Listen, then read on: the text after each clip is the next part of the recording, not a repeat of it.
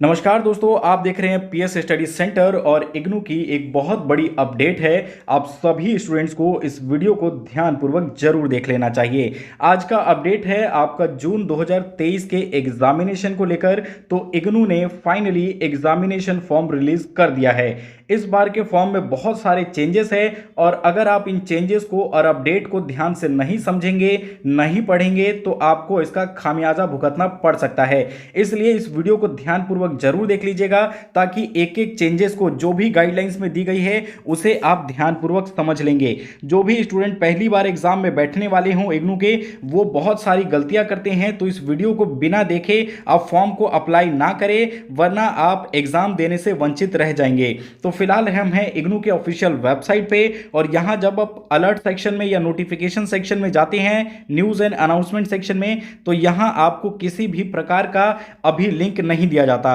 तो examination form आपको मिलेगा कहां पे? उसके लिए आपको आना है यहां पे रजिस्ट्रेशन ऑनलाइन के ऑप्शन में और यहां पे टर्म एंड एग्जामिनेशन के ऑप्शन पे सेलेक्ट करना है। जैसे ही आप इस पे सेलेक्ट करते हैं, यहां देख सकते हैं जून 2023 के लिए एग्जामिनेशन का पोर्टल या लिंक जो है ओपन हो चुका है। यहां पहले आपको कुछ इंपॉर्टेंट डेट दी जा रही है। यहां पे इस क्लोज बटन पे आप क्लिक कर देंगे और जैसे ही इस क्लोज बटन पे क्लिक करते हैं, आप यहां पढ़ सकते हैं। यहां पे जो आपको ऑप्शन दिया जा रहा है, यहां साफ साफ लिखा हुआ है online examination form for June 2023 term and examination. तो बिल्कुल ये ऑफिशियल और सही न्यूज़ है। इसका लिंक मैं आपको इस वीडियो के डिस्क्रिप्शन में दे दूंगा, जहां से आप डायरेक्ट यहां पे आ सकते हैं। लेकिन इस वीडियो को देखे बिना फॉर्म को ना भरे, मैं बार बार आपसे गुजारिश करूंगा कि इस वीडियो को ध्यानपूर्वक जरूर देख ले। तो देखिए, सबसे पहले ऊपर आपको बताया गया है जून 2023 टर्म एंड एग्जामिनेशन के लिए है। और पहले हम समझ लेते हैं कि कौन कौन से स्टूडेंट इस एग्जाम के लिए एप्लीकेबल है और कौन कौन से स्टूडेंट इस फॉर्म को भरेंगे।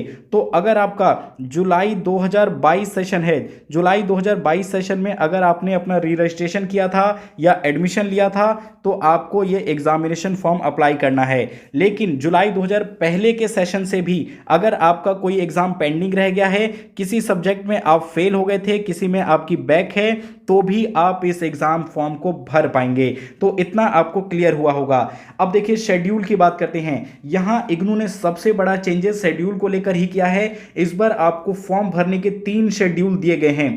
पहला शेड्यूल में आपको जो टाइम बताया गया है वो है 6 मार्च से लेकर 5 अप्रैल तक। तो 6 मार्च से और 5 अप्रैल तक के बीच में अगर आप अपना एग्जामिनेशन फॉर्म सबमिट करते हैं, तो आपको पर सब्जेक्ट, चाहे आपका वो थ्योरी सब्जेक्ट हो या लैब सब्जेक्ट हो, उसके लिए आपको 200 रुपीज इग्नू को पे करना होगा। दूसरा शेड्यूल आपको दिया गया है 6 अप्रैल से लेकर 25 अप्रैल तक। इस टाइम में अगर आप करते हैं तो यहां पे आपको 200 रुपये पर सब्जेक्ट के साथ साथ में लेट फीस भी 500 रुपीज पे करना पड़ जाएगा। तीसरा शेड्यूल आपको दिया गया है जो कि 26 अप्रैल के बाद से होगा और ये आपको बताएगा इग्नू, बाद में अपडेट करेगा कि कब तक आपको टाइम दिया जाएगा। और आप इस शेड्यूल में अगर आप फॉर्म सबमिट करते हैं तो आपको 1100 रुपये लेट फाइन करना होगा। आई होप आपको ये चीज़ें समझ में आ गई होंगी। यहाँ फॉर्म में ही इग्नू ने प्रैक्टिकल सब्जेक्ट के बारे में भी पूरी डिटेल दी गई है कि अगर आपका कोई प्रैक्टिकल सब्जेक्ट है तो उसका आपको किस प्रकार से और कितना पेमेंट करना है। अगर मान लीजिए कोई आपका प्रैक्टिकल सब्जेक्ट 4 क्रेडिट का है तो उसके लिए 300 रुपये, और 4 क्रेडिट से अबव है तो 500 रुपये इस केस में आपको पे करना होगा। यहाँ बहुत सारी यूनिवर्सिटी ने चेंजेस की है, तो उसके बारे में आइए डिटेल से एक एक करके सारी चीज़ों को हम समझने का प्रयास करते हैं। और अगर आप बिना इस वीडियो को देखे फॉर्म को भर देते हैं तो बहुत बड़ी दुविधा आपके लिए हो सकती है। ऐसा मैं इसलिए कह रहा हूँ क्योंकि बहुत सारे स्टूडेंट जल्दबाजी में फॉर्म भरते हैं, बारीकियों को समझते नहीं हैं और वो गलती कर बैठते हैं। तो देखिए, फॉर्म भरने से पहले आप ध्यान रखें कि आपके पास सारी सही जानकारी होनी चाहिए। सही जानकारी और अपना एनरोलमेंट नंबर फिल करेंगे। और आपको जो इसमें इंपॉर्टेंट बातें ध्यान रखनी है फॉर्म भरते समय, वो रखना है कि आपका सेशन कौन सा है, आप इसके लिए एप्लीकेबल है या नहीं है, और आपको टाइमली अपना फॉर्म सबमिट करना है। लास्ट डेट का वेट ना करें। लेकिन इसका मतलब ये नहीं है कि आज ही आप फॉर्म भर देंगे, क्योंकि यहाँ पे बहुत सारे एरर देखने को मिल सकते हैं। आपके पेमेंट फेल्ड हो सकते हैं। इसलिए मैं आपको सजेस्ट करूंगा आप 2 से 3 दिन बाद इस फॉर्म को भरें। आफ्टर होली सबसे बेटर ऑप्शन रहेगा, आप अपने फेस्टिवल को सेलिब्रेट करें। उसके बाद आप 8 मार्च के बाद इस फॉर्म को आराम से भर लीजिएगा। और भरते समय ये ध्यान रखें कि जो आपको इस बार एग्ज़ाम देंगे आप, तो उसमें कौन सा मीडियम होगा उसके बारे में यहाँ आपको बताया गया है। तो इसकी डिटेल्स को देखिए, यहाँ हम समझ लेते हैं। इस बारे में आपको यहाँ इंस्ट्रक्शंस दिए गए हैं। तो इग्नू ये साफ साफ कहता है कि आपका कोर्स इग्नू की तरफ से जिस लैंग्वेज में ऑफर किया गया है उसी लैंग्वेज में आपको एग्ज़ाम देना होगा। और अगर आप उस लैंग्वेज के अलावा किसी अदर लैंग्वेज में एग्ज़ाम देते हैं तो आपको बिना किसी इंफॉर्मेशन के आपका एग्ज़ाम कैंसिल कर दिया जाएगा। तो इस चीज़ को ध्यान रखिए। देखिए, इग्नू में कुछ ऐसे कोर्सेज हैं जो केवल इंग्लिश मीडियम में ही स्टूडेंट्स को प्रोवाइड करवाए जाते हैं, तो वो इसको हिंदी मीडियम में लिखने का प्रयास ना करें। लेकिन अगली लाइन आपको ये भी कहती है कि आप जो अदर सब्जेक्ट है या अदर कोर्सेस है, जैसे मान लीजिए आप MA Hindi MA political science के स्टूडेंट हैं, तो यहाँ आपको ये ऑप्शन मिलता है कि आप अपने आंसर को हिंदी मीडियम या फिर इंग्लिश मीडियम किसी में भी लिख सकते हैं। और जैसे बहुत सारे स्टूडेंट इग्नू में बीएजी कोर्स करते हैं, तो बीएजी कोर्सेज में कुछ सब्जेक्ट आपके इंग्लिश के होते हैं और कुछ सब्जेक्ट आपके हिंदी के होते हैं। तो ये होते हैं आपके लैंग्वेज सब्जेक्ट।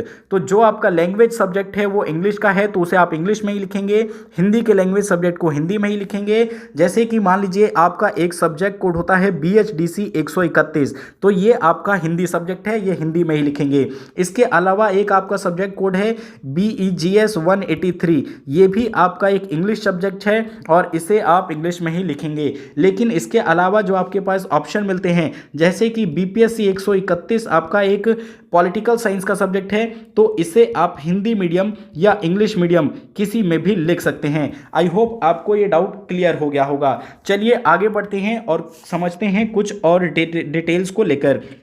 इग्नू ने साफ साफ इस बार सबसे इंपॉर्टेंट चीज़ ये है कि मना कर दिया है किस बारे में, आपकी कोई भी फीस वापसी रिफंड नहीं होगा। जब भी आप एक बार फॉर्म सबमिट कर देते हैं उसके बाद आपकी फीस रिफंड आपको नहीं किया जाएगा किसी भी केस में, चाहे आपकी कोई भी समस्या रही हो। इस केस में इग्नू आपको साफ इन्फॉर्म करता है कि फॉर्म भरने से पहले सभी स्टूडेंट अच्छे से सोच समझ लेंगे और उसके बाद ही पेमेंट का जो है भुगतान करेंगे। तो इसके बारे में आप इस कॉलम पे या इस इंडेक्स में विस्तार पूर्वक इसके बारे में पढ़ लेंगे। और जिन स्टूडेंट्स को कोई भी फॉर्म भरने में समस्या आ रही हो उसके लिए यहाँ पे जीमेल आईडी और इनका हेल्पलाइन नंबर भी प्रोवाइड करवा दिया गया है।